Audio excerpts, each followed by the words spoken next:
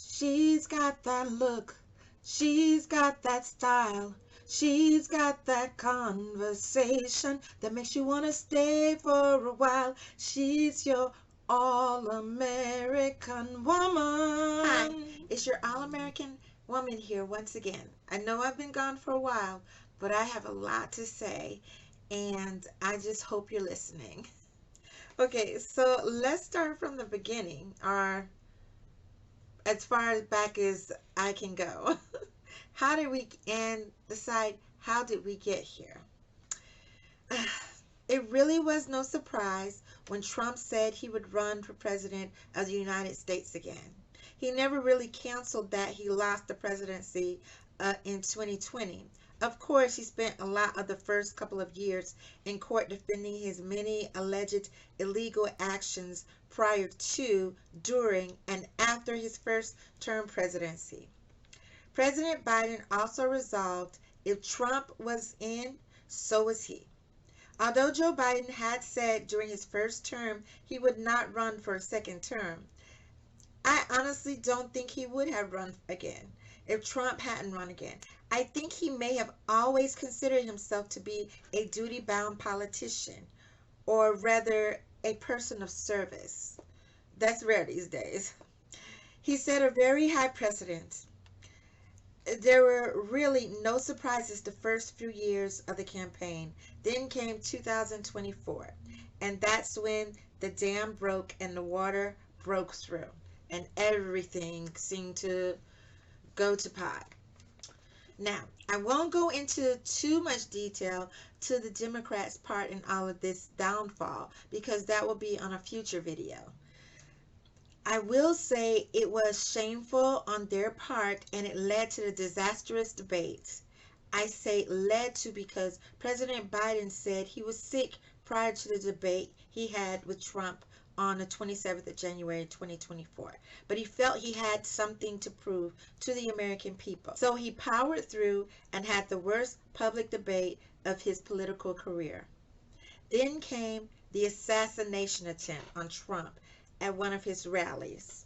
I happened to watch a video with one of the people that was actually I watched a few videos of people that were actually at the rally that happened during the Trump assassination attempt. And so I watched those videos, and there was only one video that stood out because it seemed like this man actually wasn't in a cult like trance for Trump, but he was a Trumper nonetheless. So this is what I got from him. Dr. Jim Sweetland happened to be at the Trump rally that day. It was his first one. He tried to help one of the rally goers that had been shot. Unfortunately, the rally goer did not make it. Two others in the rally were shot as well. The shooter was killed by Secret Service. This rally happened in Butler County, Pennsylvania. I don't believe this was an assassination attempt for three reasons. Number one, on the video, at least two bullet shots could be heard just before Trump bent down. So you see Trump's profile because he is turned to the side, seemingly facing the shooter. Of course, he wasn't. When the first couple of shots are heard, we see Trump touch his ear. Then just as quickly put his hand down, remove something that in that same hand which had no blood on it. There was no blood on his hand when he put it down. I saw him do this, like he was taking something out of his hand, um, and then toss it, on the podium, and then he bent down behind the podium. Now this happened in a matter of seconds, and the only reason I saw it was because in some of the videos they did it in slow motion. They showed the entire scene in slow motion because it all happened in a matter of seconds.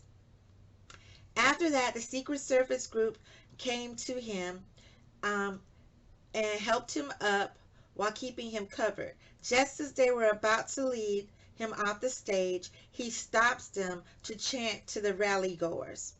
At that time, or a few seconds before, we see a great shot of Trump's ear. It is completely intact. I mean, there's blood there or something red, and it's covering the top of his ear, but it's completely intact. And then you see streams of blood or something red on his face. Like the wind blew it there. Yeah. Um, it is completely intact, but covered in what is supposed to be blood. There are two lines of also something that looks like blood on his face, and then a certain smear here. Now, I'm not saying that he put this stuff on himself. Some people say that there was shrapnel that breezed by him, and then they actually show a picture of something that looks like something is zooming. You don't see anything. You just see what looks like wind coming by from something else. They say you see the bullet. You don't see a bullet. All you see is what could be something zooming by him very quickly. It could have been shrapnel. It could have been wood. It could have been anything. It could have been a bird for all we know. All you know is you see like this thin stream going past him, but you don't see what it is. Let's keep going. So two.